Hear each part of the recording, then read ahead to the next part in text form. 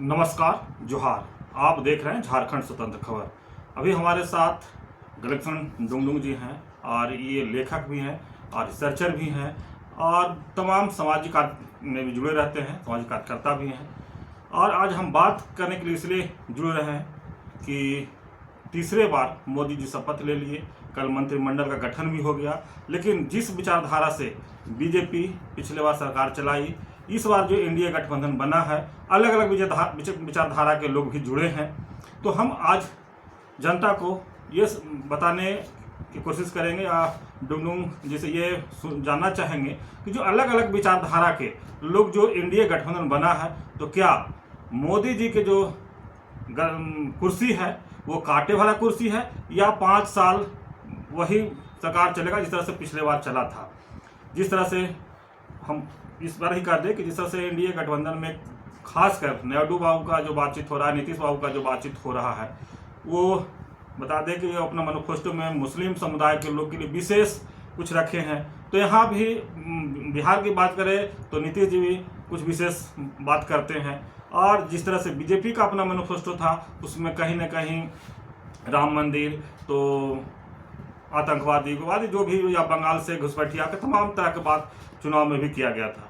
तो क्या लगता है कि जिस तरह से एनडीए गठबंधन बना है, अलग अलग विचारधारा के लोग जुड़े हैं, तो सत्ता में जो लोग सवार हैं, इस बार तीसरे बार शपथ जो लिए हैं, तीसरी बार प्रधानमंत्री बने हैं, जो कहा जा रहा है कि नेहरू जी के बाद ये मोदी जी को मिला है सम्मान, तो किस तरह का ये जो गद्दी कांटा भरा गद्दी रहेगा, या 5 साल सरकार चलेगा, या फिर खिंचातानी में अपना समय 5 साल गुजारेंगे। तो इसी को जानने के लिए हम डुंगडुंग जी से जुड़ रहे हैं और जानना कोशिश करते हैं कि क्या कहते हैं। दादा जोहार, क्या कहेंगे दादा?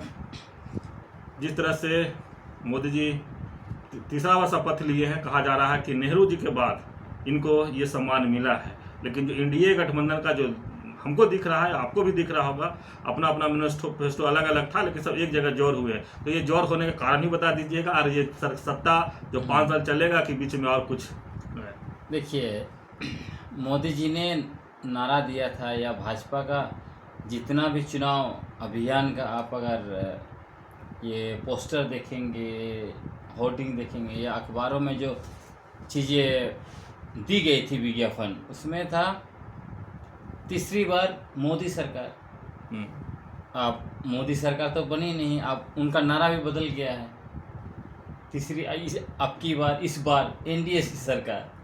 तो इसी से आप समझ लीजिए 400 पार का भी नारा था, तो सब कुछ चला गया। 400 पार, 370, सब कुछ जो है कि जुमलाबाजी था, और सब कुछ जो है कि एक तरह से ख़त्म हो गया।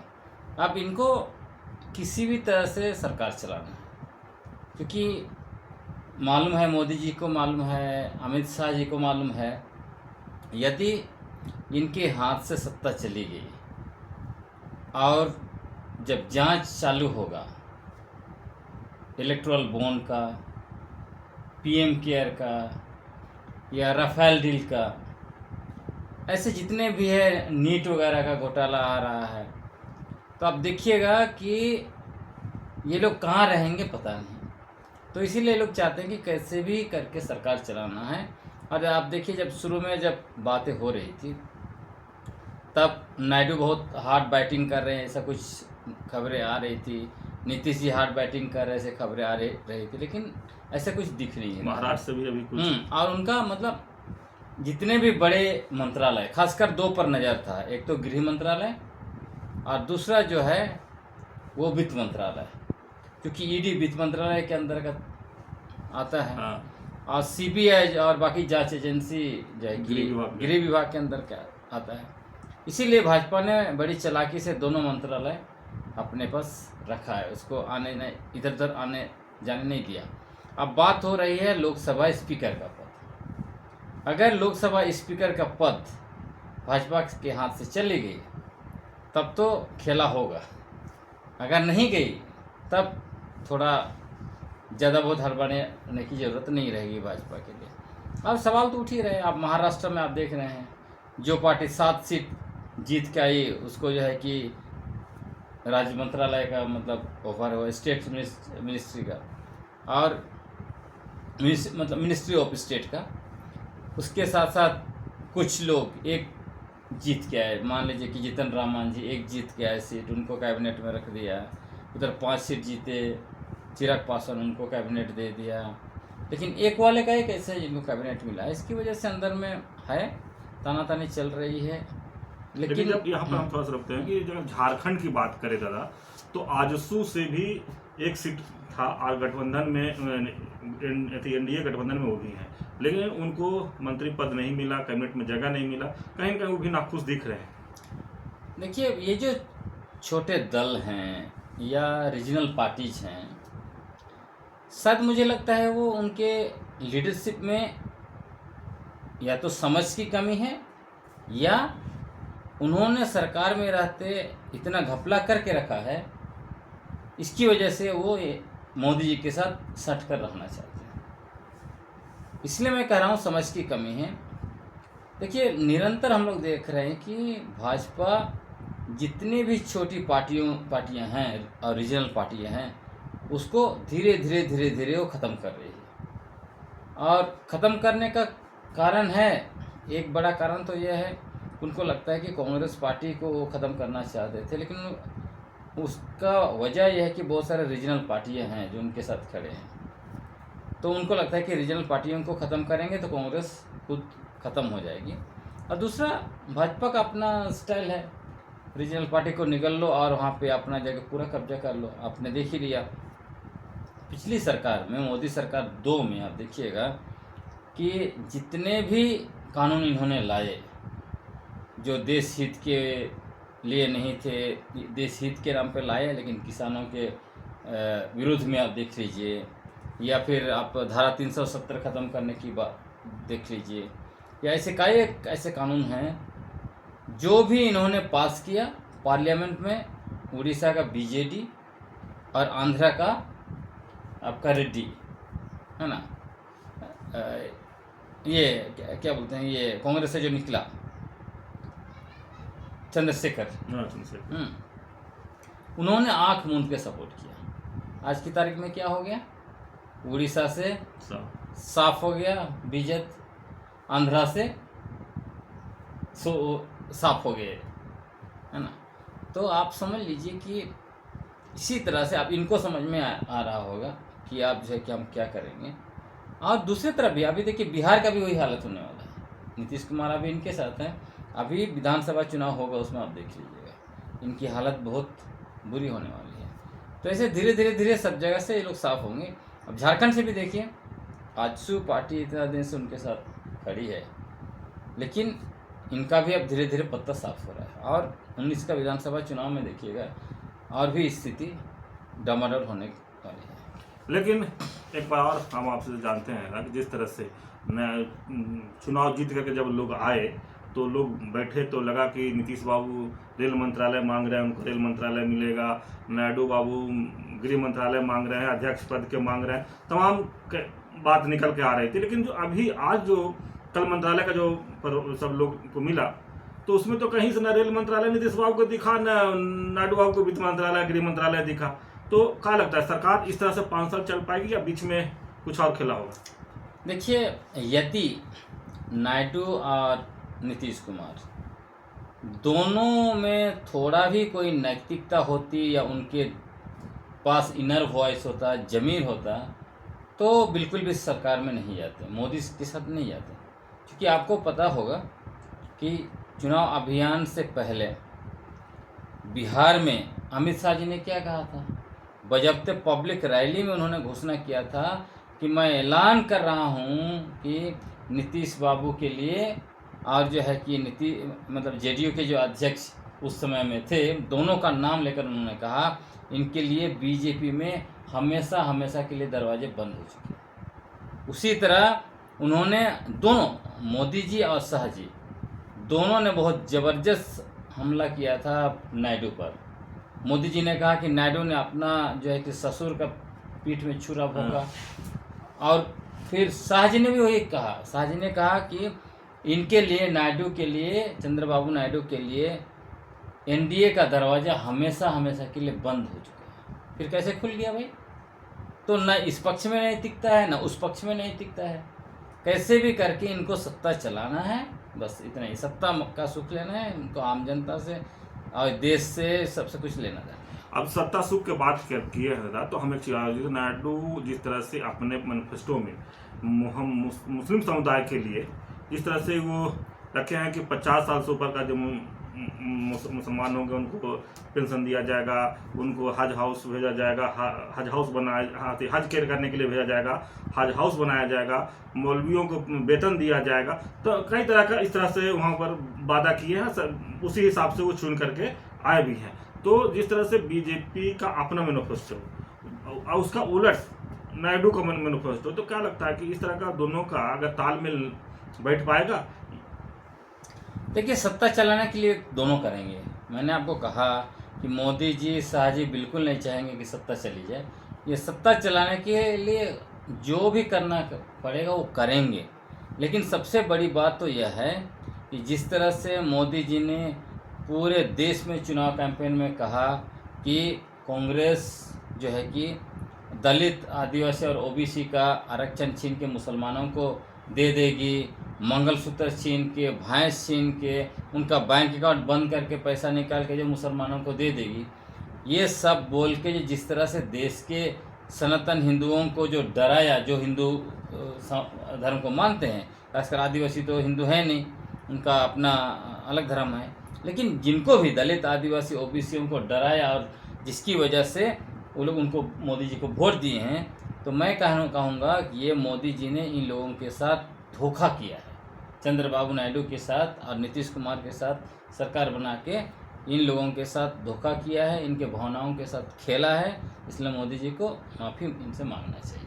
लेकिन जिस तरह से एक बार और हम बात करें कि आप बता रहे हैं कि मोदी जी जिस तरह से दोनों के साथ या हिंदू समाज के भावनाओं के साथ खेले हैं, लेकिन हम एक चीज़ और जानना चाहते हैं कि जिस तरह से लगातार ये बात कर रहे थे, जैसे आप बताए कि मंगलसूत्र की बात कर रहे थे, हिंदू मुस्लिम की बात कर रहे थे और तमाम जो बात कर रहे थे, लेकिन जब से चुनाव हुआ, चुनाव के बाद ये बात सीधे सीधे मोदी जी के से निकल गया। वो ना ये क्या बोलते हैं, कोई भाषण में इधर जब भी मैंने शपथ लिए हैं, शपथ के बाद एक बार भी ये बात को नहीं रखे हैं कि आपको मुस्लिम समुदाय ये ले जाएगा या राम मंदिर तोड़ के मस्जिद बना देगा, ये सब कोई बात नहीं रख रहे हैं। तो इसका क्या नहीं, उस पर वो कुछ बात नहीं करेंगे। वो तो इसलिए मैंने कहा ना, वो सिर्फ उनको जिस तरह से 3 फेज चुनाव के बाद उनको समझ में आ गया था कि उनकी कुर्सी जा रही है। और आप भी देखते हैं कि भले गोदी मीडिया कहे कि देश में सबसे पॉपुलर नेता हैं, लेकिन उनका देखिए पिछले बार जो है कि 4 लाख से ज़्यादा वोट से जीते थे, इस बार जो है कि 1.5 लाख में जीते। और भाजपा के खुद कार्यकर्ता वहाँ बोल रहे हैं कि मोदी जी को जो है कि जिताया गया, और कई जगह लोग कह रहे हैं मोदी जी को कौन जिताया, आप जैसा कह रहे हैं? नहीं, भाजपा के कार्यकर्ता बोल रहे हैं कि उनको फर्जी वोट करा के, मतलब वो कह रहे हैं कि चुनाव आयोग जिताया होगा। क्योंकि अभी जो खबरें आ रही है, कितना सच्चाई है उसके अंदर मैं नहीं जानता हूँ, लेकिन बहुत बड़े बड़े लीडर सवाल उठा रहे हैं। वो कह रहे हैं कि वहाँ का जो बनारस में 11 लाख लोगों ने वोट दिया, लेकिन वोट काउंट कितना हुआ, 12,87,000। तो भाई 1,87,000 वोट कहाँ से आया? क्या चुनाव आयोग ने उनको जिताने के लिए वोट बढ़ा दिया?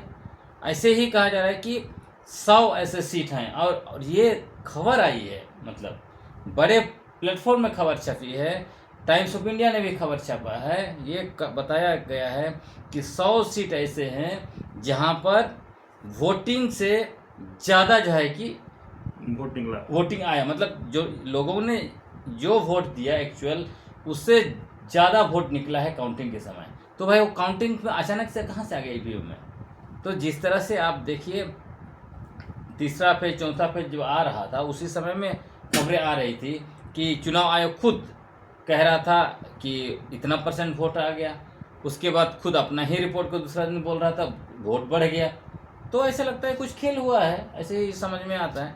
तो ये तो बहुत लोकतंत्र के लिए बहुत खराब है। अगर ऐसा हुआ है तो ये सरासर देश की जनता को, वोटर को धोखा दिया गया है, सिर्फ सत्ता पाने के लिए। मैंने आपको ये बात लगता है कि चुनाव में खेल हुआ है?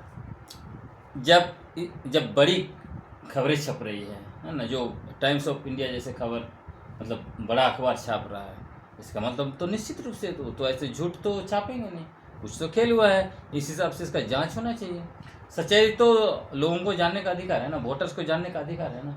दादा, लेकिन जिस तरह से आप बता रहे हैं कि मोदी और शाह जी दोनों सत्ता में रहने के लिए कुछ भी आगे करेंगे, लेकिन हम एक बार और आपसे जानना चाहते हैं, जिस तरह से मंत्रिमंडल को लेकर के इन लोगों का कभी तक खींचातानी चल रहा है, दूसरी तरफ जो इंडिया गठबंधन है वो कहा जाए कि गाड़ी में चाबी लगा के लोग छोड़ दिए हैं कि आप लोग आइए और चलाइए और ये कीजिए, मैंने आप लोग आइए हमारे साथ और सत्ता आप लोग संभालिए। और दूसरी तरफ अगर जहां पर उन लोग हैं जो मंत्रिमंडल के मांग कर रहे थे वो नहीं मिल पा रहा है, तो इस स्थिति में क्या लगता है कि मोदी जी की सरकार रहेगा या कोई और खिला होगा? देखिए, अभी कुछ दिन में पता चल जाएगा, अभी थोड़ा सा स्टेबल होने दीजिए, उसके बाद अपने दिशा पता चल जाएगा कि ये सरकार किस डायरेक्शन में जाती है।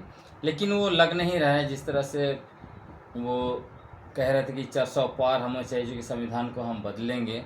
तो देश की जनता ने इनको जवाब दे दिया। और पहली बार आपने देखा, पिछला जो भी मतलब मोदी जी ने शपथ लिया या उससे पहले मीटिंग हुई, उस समय आपने देखा होगा वो सिर्फ संविधान के सामने जरूर माथा टेके, लेकिन इस बार संविधान को अपने माथे में लिए। ये क्या बताता है?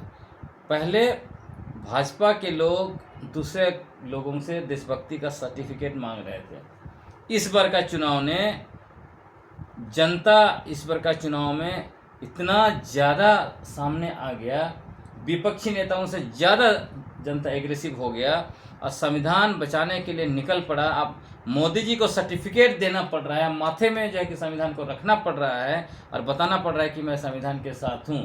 तो ये समझ लीजिए इस चुनाव का सबसे बड़ा जो है कि उपलब्धि है। लेकिन दादा, एक और याद दिलाते हैं आपको, वाजपेयी जी की सरकार ऐसा ही था, गठबंधन का सरकार बना था, 17 महीना में सरकार गिर गया था। तो इस बार मोदी जी का भी सरकार हमको वैसा ही दिख रहा है। आपको कैसा दिख रहा है कि सरकार 5 साल पूरा करेंगे कि कुछ ही महीने में अपना? देखिए, दोनों सरकार में अंतर है। वाजपेयी जी चाहते तो सरकार बचा सकते थे, सिर्फ एक वोट का बात था, एक सांसद का बात था, खरीद सकते थे, लेकिन वो नहीं खरीदे। और उस जमाने का बीजेपी और आज का बीजेपी में आपको बहुत अंतर दिखाई देगा। आप याद कीजिए कि उस जमाने के बीजेपी में जितना भी चुनाव अभियान के पोस्टर छापते थे, उसमें सिर्फ वाजपेयी अकेले नहीं होते थे, उसमें आडवाणी होते थे, पूरे बीजेपी का सुषमा स्वराज और इतने बड़े लीडर लोग होते थे। लेकिन पिछला 10 साल में आपने देखा है कि बीजेपी के पोस्टर में, टीवी चैनलों में, हर जगह सिर्फ एक आदमी है। तो ये बदलाव दिखाई दे रहा है। और इस एक आदमी ने जिस तरह से 22-25 पूंजीपतियों को देश का संसाधन सौंप दिया है, हाँ, और अभी और भी सौंपने की कोशिश में लग रहे हैं, शुरू कर रहे हैं, और जिस तरह से उनका 16 लाख करोड़ रुपया जो है कि वापस कर दिया है, और मैंने आपको घोटाला की बात की, तो ये सारे चीज़ें जो कि उजागर हो जाएगा। अब बीजेपी के लोग उनके खिलाफ बोलना शुरू कर रहे हैं। आज देखिए, आरएसएस के प्रमुख वो भी खुद बोल रहे हैं कि मणिपुर को लेके और दूसरे चीज़ों को लेके सवाल उठा रहे हैं। तो इससे स्पष्ट दिख रहा है कि अंदर में भी लोग खुश नहीं हैं मोदी जी से, लेकिन ये कोशिश करेंगे कि जैसे भी करके हम अपना सरकार चलाएं। अगर ये सरकार चला नहीं पाए, मैं ये नहीं कह रहा हूँ कि 5 साल सरकार चलेगी, लेकिन ये सरकार चलाने की पूरी कोशिश करेंगे। सरकार गिरी तब समझ लीजिए कि भूचाल आएगा। किस तरह का भूचाल? भूचाल आएगा मतलब मान लीजिए सरकार गिरी और मान लीजिए कि कल इंडिया गठबंधन की सरकार आती है, तब तो फिर वो सारी चीज़ों पर वो जांच शुरू करेंगे ना। तो जांच शुरू करेंगे तो जिस तरह से पूरे देश और दुनिया के लोग जो है कि शॉक्ड हो गए थे इलेक्टोरल बॉन्ड को देख के, वही हालत होगा। मैंने कहने का मतलब कि जो मोदी जी के कांटे भरे कुर्सी है, वो कहीं न कहीं उनका मन का, आप जिस तरह से कह रहे हैं कि डर है, उसी के लेकर के कुर्सी पर बैठे। हाँ, बिल्कुल बिल्कुल, मुझे वही लगता है। वरना अगर वो नैतिकता की बात होती तो ये सब चीज़ें वो नहीं करते। जिस तरह से नारा दिया था उन्होंने, जिस तरह से माहौल उन्होंने बनाया था, जितने सारे के सारे मीडिया हाउस झूठ सर्च किए, उसके साथ साथ सारे जो एग्जिट पोल वाले झूठ सर्च किए, प्रशांत किशोर जैसा तथाकथित एनालिस्ट जो है कि इतना झूठ सर्च किए, वो सब कुछ करने के बाद अगर ये 250 से नीचे आ गए तो ये खुद हार मान लेते और शायद किसी और बीजेपी लीडर का और प्रमोट करते, लेकिन ऐसा नहीं। लेकिन जरा एक छोटा सा सवाल, लास्ट सवाल है, जिस तरह से बीजेपी जीत की खुशी या जीत का सेहरा जो मोदी पर बांधता है, तो इस बार अगर 400 पार नहीं हुआ तो इसका मैंने हार का सेहरा या 400 पार नहीं होने का जो ये है वो किस पर होना चाहिए, उसका क्या मैंने करना? नहीं, जीत और हार, जीत में जब मोदी जी को कहा जाता है तो हार में भी इनको, और हार इसलिए हार का सेहरा इनके ऊपर बांधना चाहिए, इनको जिम्मेवार बताया जाना चाहिए, क्योंकि इन्होंने ऐलान किया था कि सारे जो सीट हैं लोकसभा के सभी जगह मैं खड़ा हो रहा हूँ। तो उन्होंने वोटर्स को कहा था कि हर एक सीट पर मोदी है, इसलिए मोदी को सोच के वोट देना है।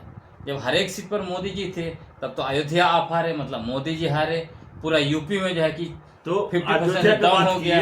तो जोगी पर ठिकरा फोड़ रहे हैं लोग। नहीं, ये गलत बात है, ये बिल्कुल गलत बात है। ये जितना भी सीट हारे हैं ये मोदी जी की वजह से हारे हैं। अयोध्या को लेकर, राम मंदिर को लेकर जिस तरह से उन्होंने एक माहौल बनाने के लिए नौटंकी किया, सनातन धर्म के बड़े बड़े धर्मगुरुओं को जो साइड कर दिया, तो इसीलिए वो अयोध्या भी चला गया। इसलिए उनको जिम्मेवारी लेना चाहिए, और उनमें नैतिकता होता तो निश्चित रूप से वो जो है कि इस्तीफा दे देते और देशवासियों से, जो उनके खासकर वोटर्स हैं, चाहे अयोध्या में, यूपी में, जो बहुत दुखी हैं, उनसे वो माफ़ी मांग लेते। चलिए, अभी आपको हम बात करवाए गलेक्सन डुंगडुंग जी से, जो कि लेखक हैं, रिसर्चर हैं, समाज सेवी हैं, सामाजिक कर्ता भी हैं कहे तो, और जिस तरह समाज के कामों में लगे रहते हैं। तो ये इनका जो विश्लेषण कि सरकार 5 साल चलेगा कि नहीं चलेगा, किस तरह काहे चलेगा, तमाम चीज़ें बात रखे, और ये भी बताए कि ये अभी मोदी जी का जो कुर्सी है, कांटे का कुर्सी है, उस पर मोदी जी क्यों बैठे हैं,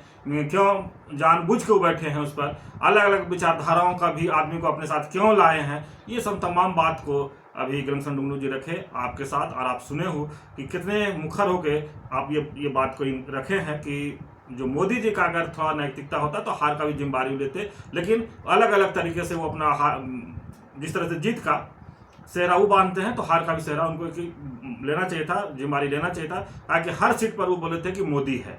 तो अगर हार गए थे तो 400 पार सीट नहीं आया था या बहुमत में नहीं आए थे, तो उनको ये करना चाहिए था। लेकिन खैर, एनडीए गठबंधन जो था वो बहुमत में आया, सरकार बनाया। लेकिन अब ये देखना होगा कि जिस तरह से बताए कि कांटे का कुर्सी है, तो 5 साल का चलता है या नहीं चलता है, ये तो भविष्य बताएगा। लेकिन अभी का जो हम लोग को समझ में आ रहा है, या गलेक्सन डुंगडुंग जी को जो समझ में आया कि अलग अलग विचारधारा के साथ जो सत्ता में है, तो कहीं ना कहीं सबका अपना अपना उसमें कुछ ना कुछ इच्छा छिपा हुआ है। किन्हीं का ईडी से केस वापस कराना है, जिस तरह से तमाम लोग बात कर रहे हैं, किसी को कुछ, तो इसको अपने तरीके से लोग देख रहे हैं और अपने लाभ के लिए इसको कहा जाए कि सत्ता में आए हैं। तो इस कहने का मतलब है कि जो 5 साल चलेगा उस पर ही बात की है। लेकिन हम एक बार और बात की, 17 महीने में जिस तरह से वाजपेयी जी का सरकार गिरा था, तो गलेक्सन डुंगडुंग जी का कहना है कि वो बीजेपी अब नहीं रहा है, कि एक वोट के लिए वाजपेयी जी की सरकार गिरा था तो 1 वोट खरीद सकते थे, लेकिन वो मोदी जी नहीं है, ये 2-4 गो 5 गो अपना रख सकते हैं। तो वो बीजेपी और आज की बीजेपी में बहुत अंतर है। तो देखना होगा हम लोग को कि सत्ता में जो अभी तीसरे बार शपथ मिला है, इनको सत्ता में आए हैं, तो सरकार किस तरह से काम करती है, जनता के लिए जो वादा करके सत्ता में बैठी है वो किस तरह से काम करती है, कितने काम करती है। तो तमाम तरह के खबर को देखने के लिए आप झारखंड स्वतंत्र खबर से जुड़े रहिए। जोहार, नमस्कार।